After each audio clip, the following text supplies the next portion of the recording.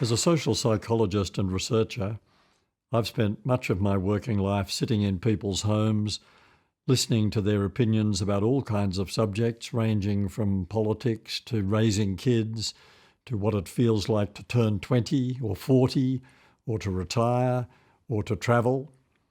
In other words, I've been lucky enough, privileged really, to listen to thousands of life stories. And that's mostly been an inspiring experience because people in general are inspiring in their intention to do the right thing, to be good parents, good partners, good neighbours, good friends, good workers, good citizens, to lead a good life.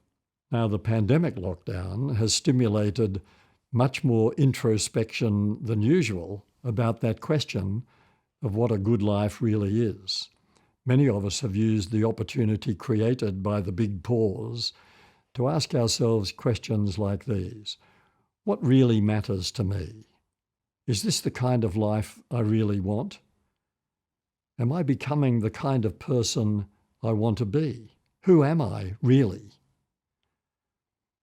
And once we raise that who am I question, our minds naturally turn first to the idea of our personal identity, the social construction that identifies us and distinguishes us from everyone else. In my case, I could say I'm a man, I'm an Australian, I'm a father, I'm a brother, I'm a husband, I'm a neighbour, I'm a friend, I'm a chorister, I'm an author, I talk like this, I dress like this, I have this sense of humour, I have these attitudes to religion, politics, and so on. In other words, this is the unique me. This is my identity. This is how I'm different from everyone else. Now, individual differences are fascinating, of course. What parent doesn't enjoy comparing their kids and wondering how children from the same parents could turn out so differently from each other? But fascinating though they are, individual differences are not the main thing to be said about us. The most significant thing to say about us is that deep down we share a common humanity. Our personal identity is all about our differences, about me and my independence, but our deeper inner self is all about us and our interdependence. How could it be otherwise? Like many of the species we share this planet with, we humans are herd animals, born to connect, to engage, to form families, neighbourhoods, communities, groups of all kinds. Why? Because as members of a social species, we're hopeless in isolation. We need each other.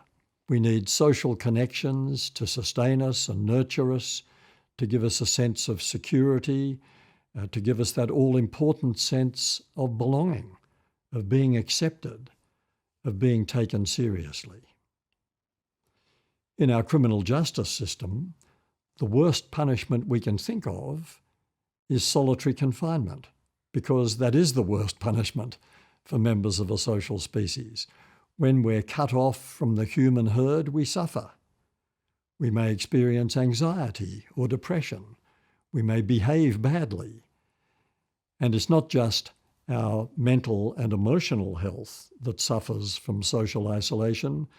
There can be physical consequences as well, like hypertension, inflammation, cognitive decline, sleep disturbances, addiction. It's no wonder that psychologists are now saying social isolation is a greater threat to public health than obesity. Knowing all that, it's not surprising, is it, that at the deep inner core of human nature, we find the one quality we need for preserving social cohesion and for promoting social harmony. And that quality is our capacity for compassion, our capacity to show kindness and respect towards each other.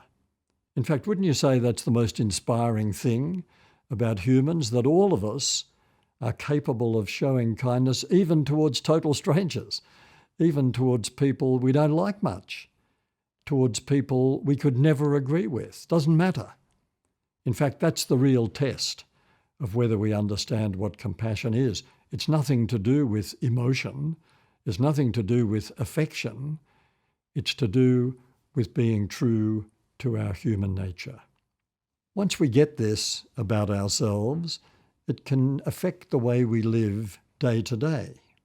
We still need our outer shell, of course, our personal identity, but now we realise that we also need to be true to our inner self by exercising that capacity for compassion towards people who are lonely, towards the frail elderly, towards people living with a disability, towards single parents, towards people struggling with mental illness, anyone who's at risk of feeling left out.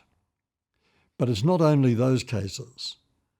Being true to the best of our human nature means that we treat everyone we meet with the kindness and respect due to them as fellow humans. Whoever they are, they too are part of who we are.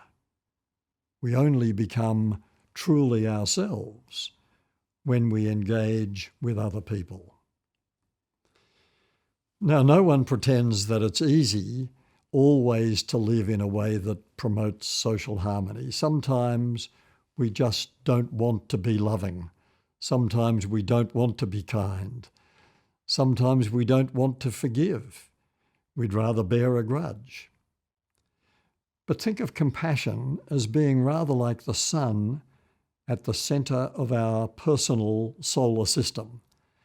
And just like the literal sun, compassion casts shadows where we can hide from its demands on us. We know that love can cast shocking shadows of hate.